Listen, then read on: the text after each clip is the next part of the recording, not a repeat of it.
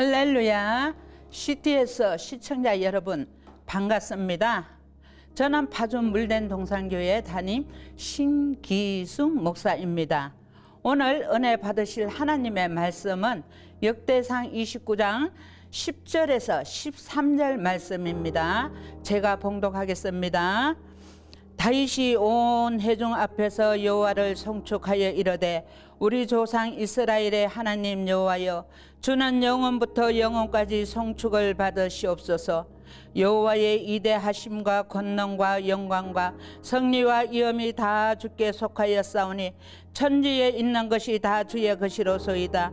여호와의 주권도 주께 속하였사오니 주는 높으사 만물의 머리이심이니이다. 부와 기가 주께로 말미암고 또 주는 만물의 주제가 되사 손에 권세와 능력이 있사오니 모든 사람을 크게 하심과 강하게 하심이 주의 손에 있나이다. 우리 하나님이여, 이제 우리가 주께 감사하며 주의 영화로운 이름을 찬양하나이다. 아멘. 본문 말씀 역대상 29장 10절에서 13절 말씀을 가지고 명품이 될지어다 라는 주제로 여러분하고 은혜를 나누어 보려고 합니다. 본문 말씀은 양치기 소년에 불과했던 다윗 왕이 이스라엘 백성 앞에서 여호와를 송축하며 감사 기도하며 자기 마음을 고백하는 그러한 장면입니다. 다윗은 형제가 많습니다. 그 형제들은 정말로 모두가 키가 훔치게 크고 잘난 그런 형제들이었습니다. 그런데 그 막내 아들 다윗은 그 형들보다 키도 적고 왜소하고 그 형들에 비해서 이 모든 것이 뒤처지는 아들이었습니다. 다윗의 아버지 이새는 사무엘이 온다는 소리를 듣고 그 아들 7 아들은 다 단장을 해갖고 대기를 시키고 그 제일 부족한 이 다윗은 양치로 보냈습니다. 양치는 목동이기 때문에 가서 양을 치라고, 이 아들은 하나님의 택함을 받지 못한 아들이라고 다윗의 아버지 이새는 생각했기 때문에 너는 안 될 것이라고 판단했기 때문에 양을 치러 보냈습니다. 그러나 사무엘이 그곳에 와서 아들이 큰아들에서부터 그 앞을 지나가는데 하나님께서 사무엘에게 이 아들은 아니다. 그 7 아들이 다 지내가도 아니라는 그런 마음을 주셨습니다. 그래갖고 사무엘이 이새 보고 너희 아들이 이게 다냐? 라고 물었을 때 다윗의 아버지 이새는 아닙니다. 막내 아들 다윗이라고 있는데 지금 양치로 보냈습니다. 그러니까 사무엘이 그러면 그 아들을 데리고 오너라. 그랬을 때 다윗을 데리고 왔습니다. 다윗을 데리고 왔는데 하나님께서 사무엘에게 말씀하시기를 바로 이 아들이다. 이 아들에게 기름을 부으라 라고 명령하셨습니다. 그래하여 다윗에게 기름을 부었습니다. 그때부터 다윗은 달라지기 시작했습니다. 목동에 불과했던 한낱 양치기 소년에 불과했던 그 다윗이 그때부터 하나님만을 바라보게 되었습니다. 사무엘이 다윗에게 기름을 부은 후로부터 하나님의 영이 다윗에게 임하셨습니다. 그래서 다윗은 하나님만을 의지하게 되고 하나님만을 찬양하게 되고 하나님만을 높이고 오로지 주님만을 바라보며 사는 그러한 다윗이었습니다. 여러분, 저와 여러분의 모습은 어떠할까요? 왕이 되어 있는 다윗처럼 멋있는 자입니까? 아님 양치는 소년에 불과한 다윗의 모습입니까요?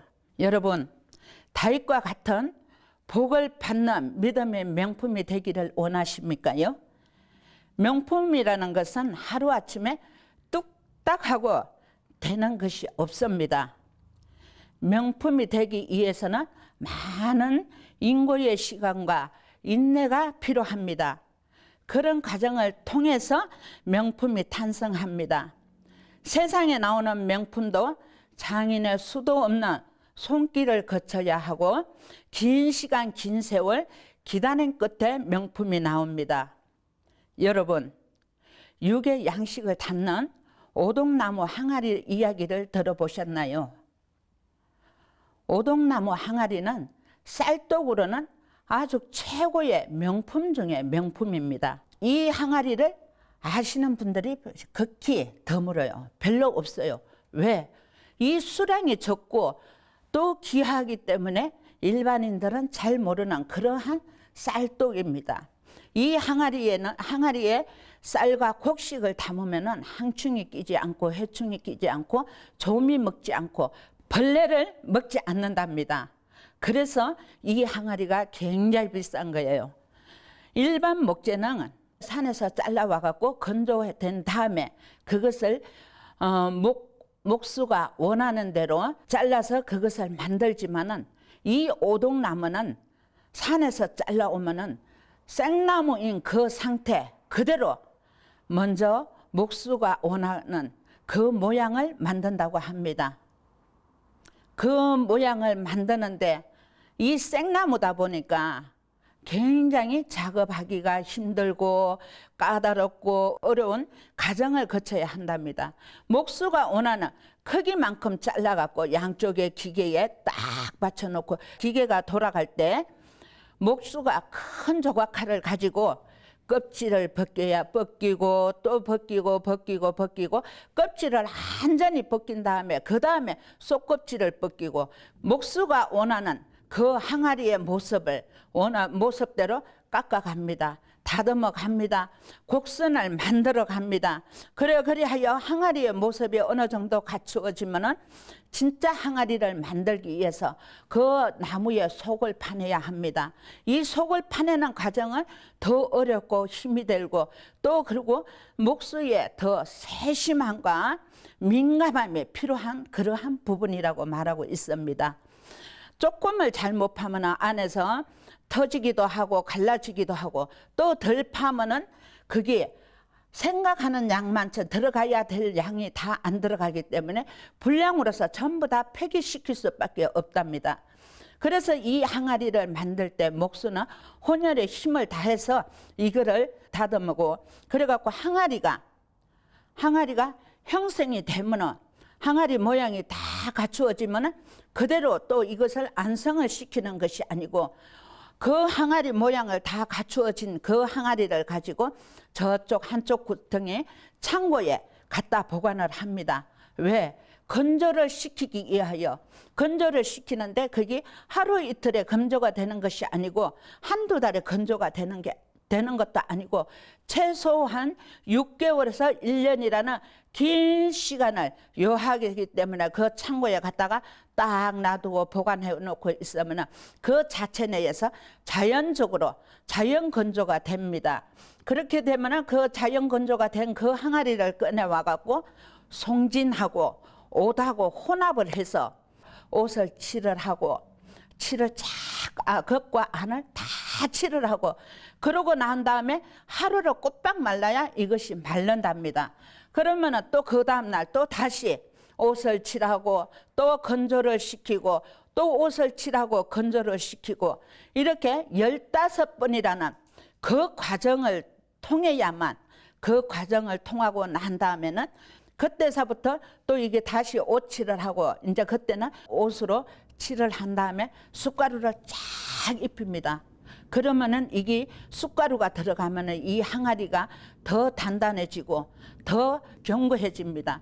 그러는데 한 번으로 끝나는 것이 아니라 두 번, 세 번을 반복했을 때 이게 완성이 되는 겁니다. 완성이 되면은 이 항아리는 명품이라는 이름을 가지고 탄생합니다. 이렇게 탄생한 이 오동나무는 일반 시중에 없습니다.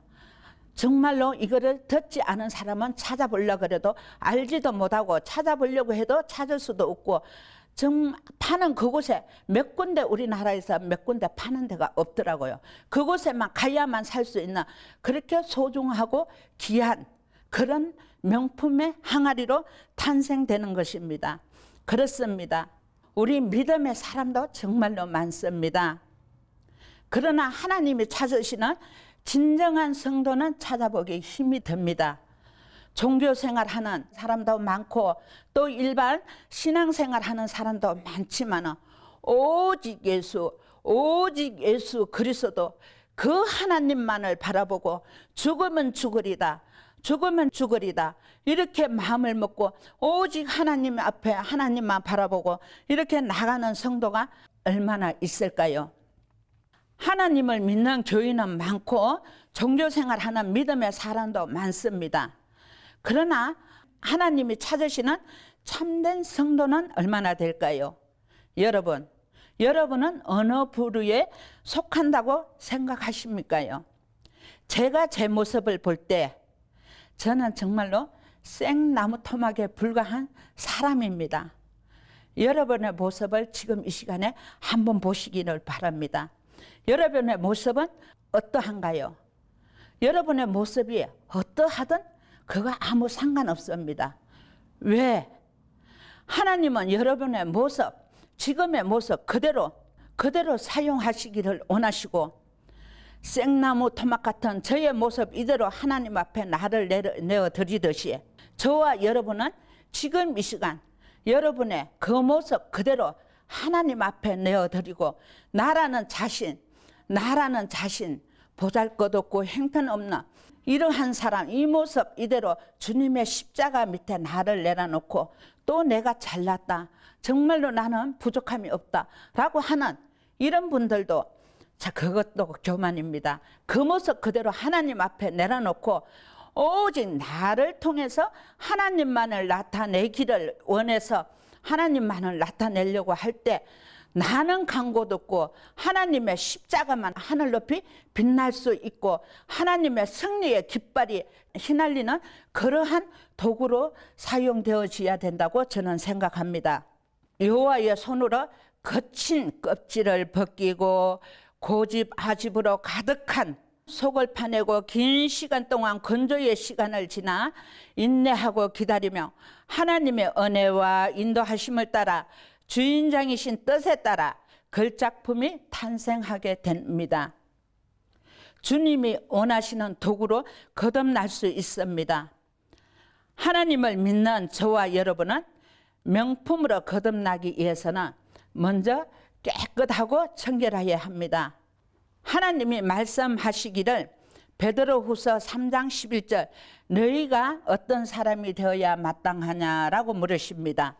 레위기 19장 2절에 나 너희 하나님 여호와가 거룩하니 너희도 거룩하라 라고 말씀하시고, 베드로전서 1장 15절 16절에 너희를 부르신 거룩한 이처럼 너희도 모든 행실에 거룩한 자가 되라. 내가 거룩하니 너희도 거룩할지어다 라고 수도 없이 내가 거룩하니 너희도 거룩하라, 내가 거룩하니 너희도 거룩하라 라고 우리의 주인이신 하나님께서 하나님의 성도를 향해서 명령하고 계십니다. 말씀하고 계십니다. 우리의 통치자이신 하나님께서 명령하실 때 여러분, 통치자의 명령은 무조건 따라야 합니다. 무조건 순종해야 합니다. 무조건 복종해야 합니다. 이유가 있을 수 없고 내 생각이 있을 수 없습니다.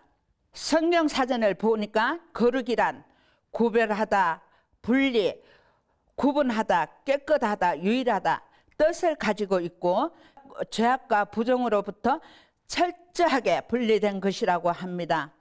사랑하는 성도 여러분, 죄악과 부정으로 분리되기 위해선 먼저 죄에서 떠나야 합니다. 역대하 7장 14절에 내 이름으로 일컫는 내 백성이 그들이 악한 길에서 떠나 스스로 낮추고 기도하여 내 얼굴을 찾으면 내가 하늘에서 듣고 그들의 죄를 사하고 그들의 땅을 고치리라 라고 말씀하고 계십니다. 그렇습니다.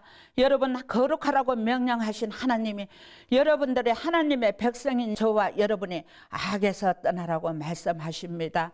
그리고 낮추고 스스로 낮추고 기도하며 주님의 얼굴을 찾는다는 것은 우리가 무릎을 꿇고 십자가 앞에 무릎을 꿇고 회개를 할 때 하나님께서 우리의 죄와 허물을 책임을 묻지 않고 다 사하여 주시고 용서하여 주시고 이 땅에 살아가면서 마음의 상처와 아픔, 또 마음의 분노, 미움, 시기, 질투 이런 모든 죄악된 것들을 하나님이 다 고쳐주신다고 하시고 계십니다. 여러분, 땅이 오염된 곳에서는 식물이 자랄 수 없습니다. 곡식도 자랄 수 없습니다. 싹이 난다 할지라도 열매를 맺을 수 없습니다. 우리의 마음이 상해 있고 우리의 심령이 상해 있고 우리의 심령과 마음이 땅이 상해 있으면 하나님의 말씀을 아무리 읽고 아무리 보고 할지언정 이것이 우리 안에서 싹을 틔울 수 없습니다. 그렇기 때문에 항상 주님의 십자가 밑에서 말씀을 붙잡고 회개 기도할 때 하나님께서 죄를 사하여 주시고 우리의 심령에 땅을 고쳐 주신다고 했습니다. 그러므로서 죄악과 부정으로부터 철저하게 분리되어야 합니다. 나 너희 하나님 여호와가 거룩하니 너희도 거룩하라. 거룩하라고 말씀하고 있습니다. 그렇습니다. 우리가 거룩하기 위해서는 어떻게 해야 할까요? 물로 씻는다고 되는 게 아니잖아요. 하나님께서 우리를 거룩하게 깨끗하게 정결하게 씻어줘야 합니다. 그러기 위해서는 하나님의 말씀만이 생명의 말씀 살아있는 하나님의 말씀만이 우리를 죄악에서 건져주시고 씻어주실 수 있습니다. 여호수아서 1장 8절 이 율법책을 내 입에서 떠나지 말게 하며 주야로 그것을 묵상하여 그 안에 기록된 대로 다 지켜 행하라. 그리하면 내 길이 평탄하게 될 것이며 내가 형통하리라 라고 말씀하고 있습니다. 그렇습니다. 우리가 죄사함을 받고 씻음을 받기 위해서는 거룩하게 하기 위해서는 오로지 하나님의 능력의 말씀, 생명의 말씀, 진리의 말씀을 입에서 떠나지 말게 하라 합니다. 날마다 주야로 묵상하고 그 안에 기록된 대로 다 지켜 행할 때 우리가 나아가는 길이 평탄하게 그리고 우리의 삶이 형통하게 해주신다고 하나님은 여기서 말씀하고 계십니다. 하나님이 아무리 말씀하셔도 내가 믿지 않고 여러분이 믿지 않으면 그것은 이루어지지 않습니다. 누가복음 1장 45절에 말씀이 반드시 이루어지리라고 믿는 자에게 복이 있도다라고 기록하고 있습니다. 그렇습니다. 말씀을 볼 때 이 말씀이 내 안에서 이대로 이루어진다라는 꿈을 갖고 확신을 갖고 그리고 말씀을 읽다가 어느 부분이 내 심령 속에 내 영혼 속에 와서 탁 치는 부분이 있어요. 그러면 그 말씀이 성령 하나님께서 나에게 주신 말씀이다 하고 그 말씀을 딱 붙잡고 그때부터 그 말씀을 갖고 십자가 밑에서 기도하세요. 기도하시다 보면 하나님께서 분명히 거기에서 하나님의 뜻하시고 계획하심이 마음으로 감동으로 아니면 말씀으로 환상으로 꿈으로 분명히 발견할 수 있을 것입니다. 데살로니가전서 3장 13절 하나님의 말씀을 받을 때에 사람의 말로 받지 아니하고 하나님의 말씀으로 받을 때 믿는 자 가운데서 역사하느니라라고 기록하고 있습니다. 아멘. 그렇습니다. 하나님의 말씀을 사람의 말로 받지 아니하고 하나님의 말씀으로 받고 믿고 인정하고 신뢰할 때 하나님께서 생육하고 번성하고 충만한 씨의 복을 주셨고 또 정복하고 다스리는 권세의 복을 저와 여러분에게 주셨습니다. 누가복음 10장 19절에 내가 너희에게 병과 정갈을 밟으며 원수의 모든 능력을 제어할 권능을 주었으니 너희를 해칠 자가 결코 없으리라. 아멘. 그렇습니다. 하나님의 말씀에는 능력이 있습니다. 말씀에는 권세가 있습니다. 말씀에는 부유하게 하는 힘이 있습니다. 크게도 하시고 강하게도 하시는 분이 바로 여호와 하나님입니다.